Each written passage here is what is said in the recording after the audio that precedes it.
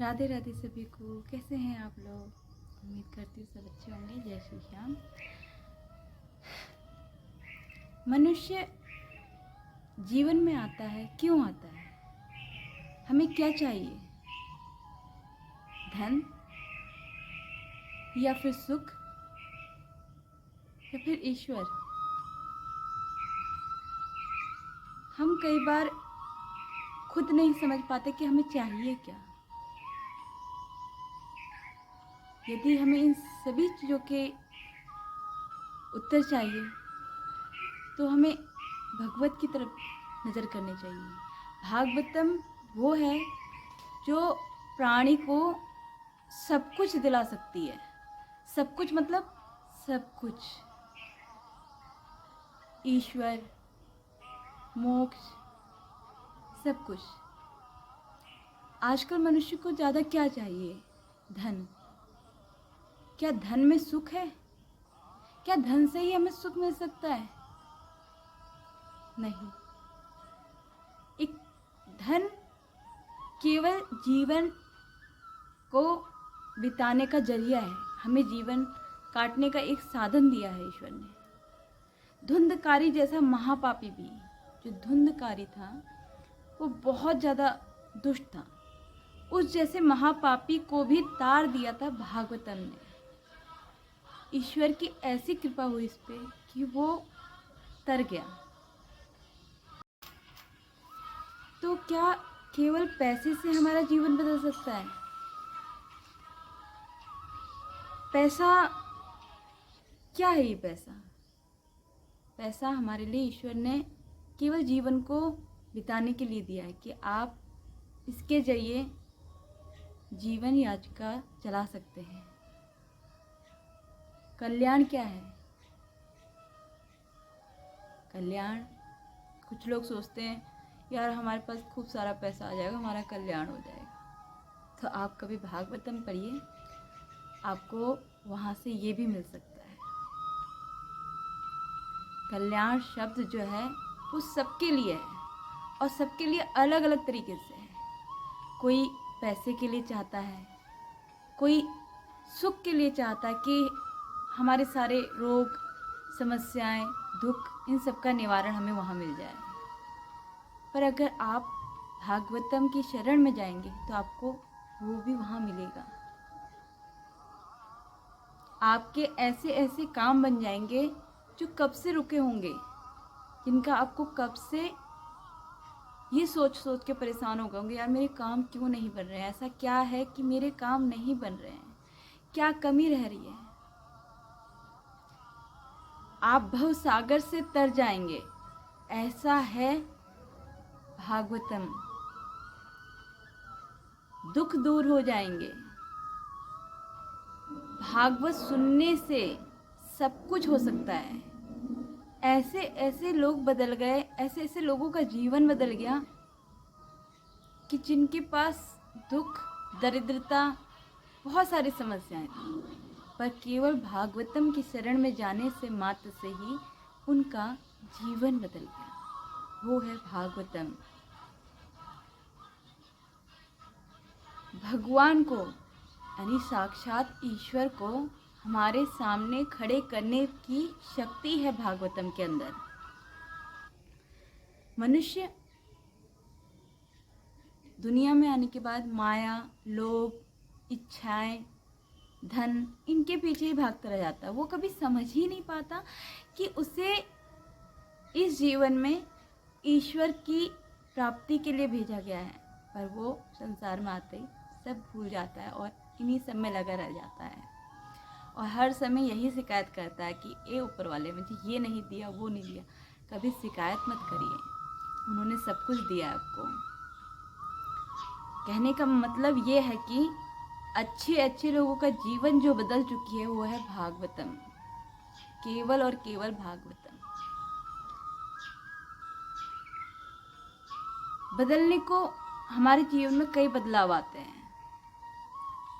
आप कभी वेदों को खोल के देखेंगे, आपको वहाँ पे ये देखने को भी मिलेगा कि ऐसे ऐसे सवाल आपके जो आपके पास क्वेश्चन मार्क बन के रह जाते हैं, उनका जवाब है भागवतम में, केवल और केवल भागवतम में।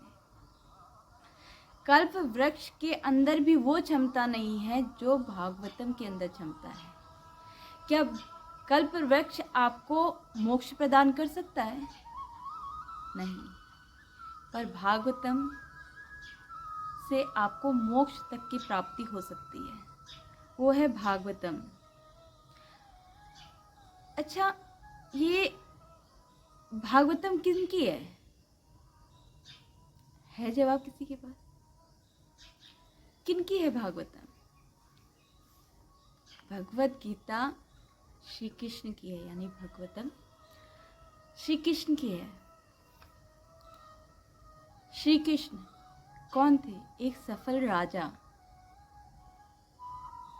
द्वारिका जैसी नगरी के राजा, एक सफल योद्धा जो राजनीति, रणनीति सब कुछ जानते थे।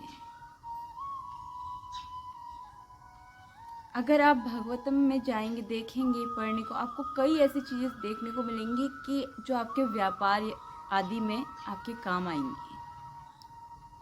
तो देखा जाए तो हर सवाल का जवाब हमारे भागवतम में मिलेगा आपको। इंसान के लिए धन, दुख, दरिद्रता, इन सब का आंसर, आपके हर सवाल का उत्तर आपको समक्ष भागवतम में मिलेगा सीधा। पर हमारा क्या है ना, हम लोग इस दुनिया में ये झूठे सुख और झूठे दुख के पीछे भागते रह जाते हैं। हम असली सुख को नहीं पहचान पाते। ये असली सुख है क्या? है क्या ये असली सुख?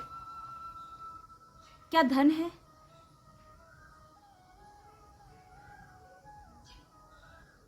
सोचिए, असली सुख क्या है? धन नहीं, ईश्वर, एकमात्र श्री कृष्ण का नाम,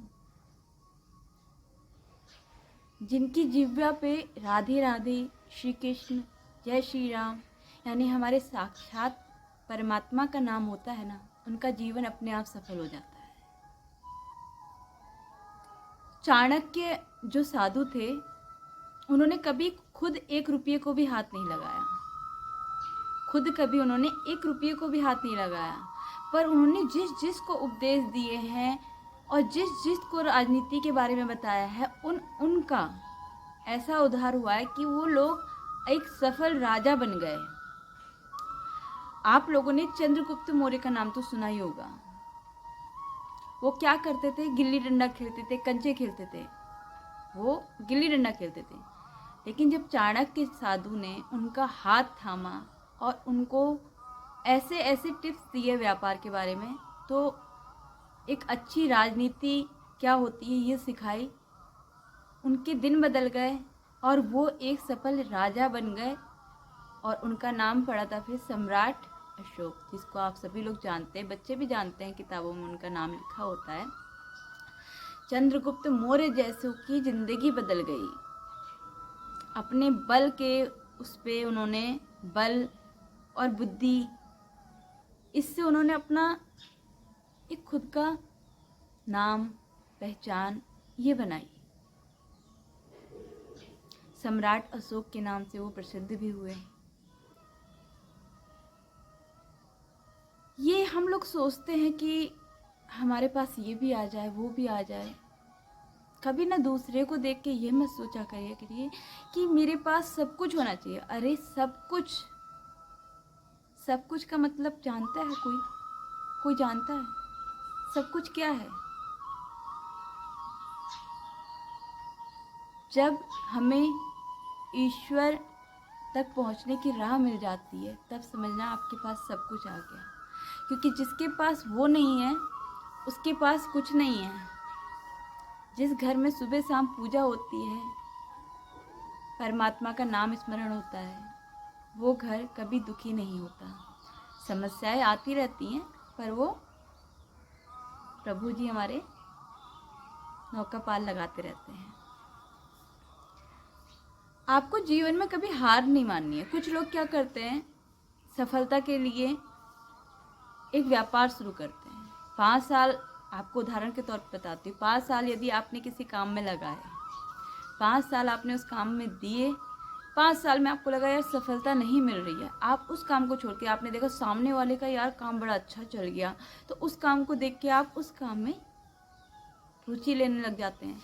तो आप सोचिए 5 साल आपने एक काम को दिया, उसके बाद आपने अपने उस काम को छोड़कर दूसरे काम को शुरू किया, दूसरे को देखकर।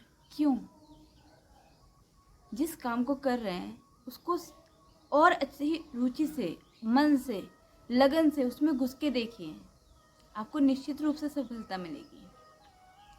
उसको छोड़ देना मात्र एक समस्या का समाधान तो नहीं है। आपका जो 5 साल का एक्सपीरियंस था वहीं पे समाप्त हो जाता है। तो कहने का मतलब यह है, अपने अंदर की क्षमता को पहचानिए और हार माने बिना आगे बढ़ते रहिए। ज़रूरी नहीं है जो दूसरा कर रहा है वो भी आपके लिए ही अच्छा हो सकता है आप जो कर रहे हैं उस काम में आपकी मेहनत कम रह गई हो, उस मेहनत को आगे बढ़ाइए, आपको निश्चित रूप से सफलता मिलेगी। भागवतम में भी लिखा है कि यदि मनुष्य ठान ले कि उसने क्या करना है और उसके अंदर क्या करने की क्षमता है तो वो कुछ भी कर सकता है, पर मनुष्य बहुत जल्दी हार मान जाता है। तो आप लोगों से भी कहूँगी, कभी हार मत मानिए। सुख और दुख जीवन में लगे रहेंगे। कुछ लोग दुख में ईश्वर को याद करते हैं, कुछ लोग सुख में भी याद करते हैं, और कुछ लोग तो ऐसे होते हैं कि केवल दुख में ही याद करते हैं और शिकायत करते हैं कि भगवान आपने हमें ये नहीं दिया, भगवान आपने हमारे संग में ये कर दिया। मतलब उनकी शिकायत कभी ख़त्म ही नहीं होती है। तो कभी शिकायत मत करिए। ऊपर वाले ने हमें जो दिया है, जैसा दिया है, उसको खुशी खुशी एक्सेप्ट करिए। कुछ लोगों के पास वो भी नहीं है जो आपके पास है, और जो आपके पास है ना वो बहुत बहुमूल्य है। दुनिया का कोई भी काम छोटा या बड़ा नहीं होता, हर काम अपनी जगह पे अपनी एक वैल्यू रखता है, अहमियत रखता है। जहाँ पर हमारी लगन होती है, मेहनत होती है, वहाँ सफलता जरूर मिलती है।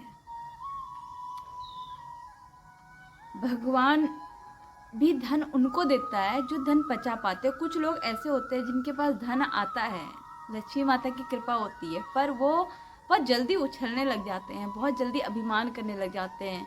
तो कभी ये जो अभिमान और अहंकार है ना, इसको अपने अंदर मत आने दीजिए। गर्व और अहंकार दोनों में फ़र्क होता है, इस फ़र्क को पहचानिए।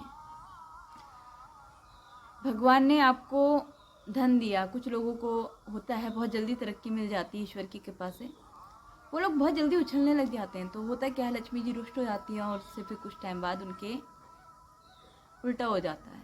तो ऐसा क्यों होता है, कभी आप सोचा करिए। वो इसलिए कि जब हमारे अंदर अहंकार आ जाता है, हम उस चीज़ को नहीं संभाल पाते अपने अंदर, तो अपने अंदर का जो ये लोटा है ना, जो मन के अंदर की हमारी शक्ति है, उसको बढ़ाइए।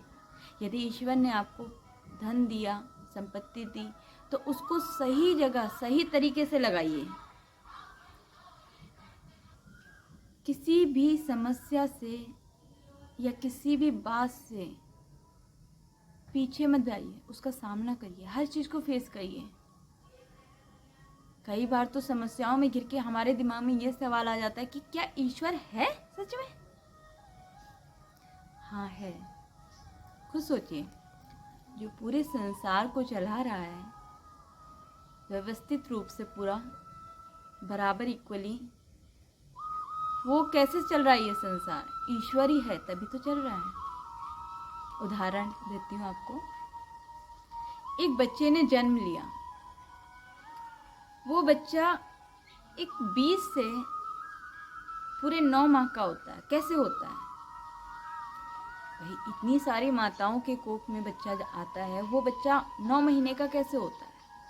तो कोई तो है जो दिख नहीं रहा है, कोई ऐसी शक्ति है जो हम लोगों को नहीं दिख रही है, पर वो है। कहाँ है, कैसे है, हमको नहीं पता, पर वो है, जिसने सबको व्यवस्थित रूप से रख रखा है, पशु, पक्षी, इंसान। बच्चा जन्म लेता है, जन्म लेते ही बच्चे को दांत क्यों नहीं दिए ईश्वर ने? क्योंकि उन्हें पता था ये छोटा है, अभी इसको दांत दूंगा तो ये अपनी जिह्वा ही ना काट ले। छोटे बच्चे आपने देखा होगा अपना मुंह। ईश्वर को पता था यदि जन्म के बाद ही मैंने इसको दांत दे दे तो ये अपनी जीभ काट लेगा, अपने को नुकसान पहुंचा सकता है। 6 माह के बाद ही दांत क्यों आते हैं? क्योंकि उनको पता होता है कि अब इसको दूध की नहीं, अब इसको अन्न की ज़रूरत है, शरीर को पोषण की ज़रूरत है, तो उसके लिए दांतों का होना बहुत ज़रूरी है। धीरे धीरे विकास क्यों होता है? आपने कभी देखा आपके नाखून आप तो नहीं बढ़ाते ना, या आपकी माताजी या पिताजी तो आपके नाखूनों को नहीं बढ़ाते, वो स्वयं बढ़ते हैं। हमारे जो बाल हैं वो भी हमारे स्वयं बढ़ते हैं। कई चीज़ें ऐसी हैं जो हमें दिखती नहीं है पर वो हो रही हैं, तो क्या वो है नहीं? हैं। तो ईश्वर है तभी ये सब कुछ हो रहा है, वरना नहीं हो सकता था। मानो तो सब कुछ है, ना मानो तो कुछ भी नहीं है। ये सारी बातें आपको भागवतम में मिलेंगी यदि आप भागवतम सुनेंगे या पढ़ेंगे तो। भागवतम मात्र की शरण में जाने से आपको मोक्ष की प्राप्ति हो सकती है। भागवतम ईश्वर को हमारे सामने लाने तक की शक्ति रखती है। हम अपने दुख विकार इन सब से दूर हो जाते हैं भागवतम सुनने मात्र से। जो हो रहा है उसमें भी खुश रहा करिए, चाहे वो दुख हो चाहे सुख हो। ये सोचिए कि अगर दुख आया है तो कितने पल के लिए होगा। अगर सुख की हमारे जीवन में ज़्यादा समय तक नहीं है उपस्थिति, तो दुख की भी कितने समय तक रह सकती है। यदि आपका विश्वास अडिग होगा तो दुख भी ज़्यादा समय तक आपके जीवन में नहीं रह सकता, वो भी छट जाएगा हर हाल में। ईश्वर ने जो आपको ये आँख, नाक, कान, मुंह, हाथ दिए हैं ना, इनके लिए धन्यवाद करिए। बहुत बड़े धन दे रखा है, जो इतना बड़ा शरीर दे रखा है, ये बहुत बड़ा धन है। जो हम ये धन कमाते हैं ना, उससे बड़ा धन ये है, क्योंकि ये तो आपको पैसे में भी नहीं मिल सकता। आप जीवन के अलग अलग जगहों में जब जाएंगे ना, तो आप देखेंगे कई लोग ऐसे हैं जिनके पास आँखें नहीं हैं, कान नहीं है सुनने के लिए, तो उनको क्या अधूरापन महसूस होता है। तो ईश्वर ने जो दिया है उसका धन्यवाद करें, और जो नहीं दिया उसके लिए शिकायत ना करें। एक उचित समय का इंतज़ार करें। यदि आप उसके योग होंगे तो ईश्वर ज़रूर आपको उसको देगा। भगवान श्री कृष्ण अपने आप में ही एक ऐसे लीलाधर हैं जो ऐसी ऐसी लीलाएं करते हैं कि भक्त तक को नहीं पता लगता कि उसके साथ कब कैसे क्या हो गया। दुख में भी सुख का अनुभव करा देते हैं। उनका नाम मात्र लेने से, हम जब उनका नाम लेते हैं, हरि बोल, राधे राधे, ये जो हम नाम का स्मरण करते ना, इससे हमें मोक्ष मिलता है, मोक्ष का रास्ता मिलता है। कैसे ईश्वर तक जाना है ये रास्ता मिलता है। जैसी संगति करोगे वैसे ही बनोगे। तो सदैव अच्छी संगति करिए, अच्छी बातों का अनुसरण करिए। जो नहीं है उसके कोई शिकायत मत करिए। यदि मेरी बातें अच्छी लगी या मेरे जो ये बोल हैं ये अच्छे लगे तो प्लीज़ चैनल को लाइक करिएगा, मेरी वीडियो को लाइक करिएगा, चैनल को सब्सक्राइब करिएगा। आगे भी मैं कोशिश करूँगी छोटी छोटी ऐसी वीडियोस आपके लिए लाती रहूँ, आपको सुनाती रहूँ। अपने मन के भाव जो भी मैं सीखती हूँ अपने जीवन में, श्याम बाबा की कृपा से, राधे रानी की कृपा से, वो मैं आप तक ज़रूर पहुँचाऊँगी। कोशिश कर रही हूँ कि इस चीज़ के लिए समय निकाल के इसको दुनिया तक पहुँचाऊँ, जो मुझ तक सीमित ना रहे, औरों तक भी पहुँचे। जीवन में दुख है पर उसके लिए शिकायत कैसी है, तो छट जाएगा। टाइम ऐसा आएगा कि आप खुद में ऐसे प्रबल बनेंगे कि आपको किसी दूसरे की ज़रूरत नहीं पड़ेगी, ना पुत्र की, ना पति की, ना पिता की, ना माता की। आप ईश्वर तक जब पहुँचेंगे ना, तो आपको सब कुछ उनमें ही नज़र आएगा, आपको किसी की ज़रूरत नहीं लगेगी। उस दिन आपको ऐसा लगेगा आप उनके नाम के सहारे सब कुछ कर सकते हो जीवन में। तो जहाँ आपको लगे कि आपको जाना चाहिए उस राह पे जाइए, गलत राह पे मत चुनिए। धर्म का मार्ग बहुत अच्छा होता है। जो धर्म के मार्ग पे रहते हैं उन्हें आज नहीं तो कल, कल नहीं तो परसों पर सफलता मिलती है। ईश्वर भी एक परीक्षा लेता है अपने भक्त की, मेरा भक्त की कब तक आप उनके नाम की माला जप सकते हो, कब तक उनके नाम का सुमिरन कर सकते हो, भजन कर सकते हो, और कब तक आप दुख की घड़ी में भी उनका साथ नहीं छोड़ सकते हैं।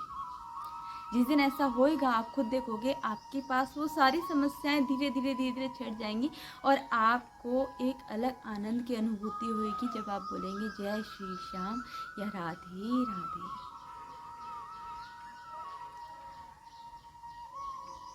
जाने को देती या जाने को देते,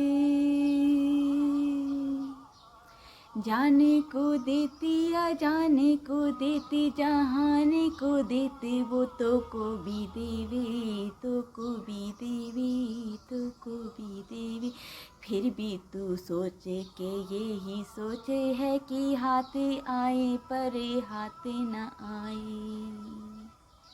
यानी जो पूरे इस जहान को देता है वो तुमको भी देगा। फिर भी हम यही सोचते रहते हैं पर हाथ में आया क्यों नहीं आया और कहाँ को गया। तो इतना विचार मत करिए, जिसने इतना दिया है वो आगे भी भला करेगा और हमारे जीवन में ऐसे ऐसे खुशियाँ ला के रख देगा जिनके हमने कभी कल्पना भी नहीं की होगी। हम उनमें ही यदि माँ बाप भाई बहन गुरु सब कुछ पालेंगे तो हमें संसार की जो संसारिक रिश्ते हैं ना इनकी ज़रूरत ही नहीं पड़ेगी। ये जिस मोह में हम फंस जाते हैं उस मोह से हम हट जाएंगे। आगे हम आपको बाद में बताते हैं कल को।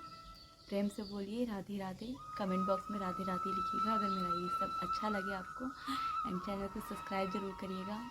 प्रेम से बोलिए जय श्री श्याम, राधे राधे राधे।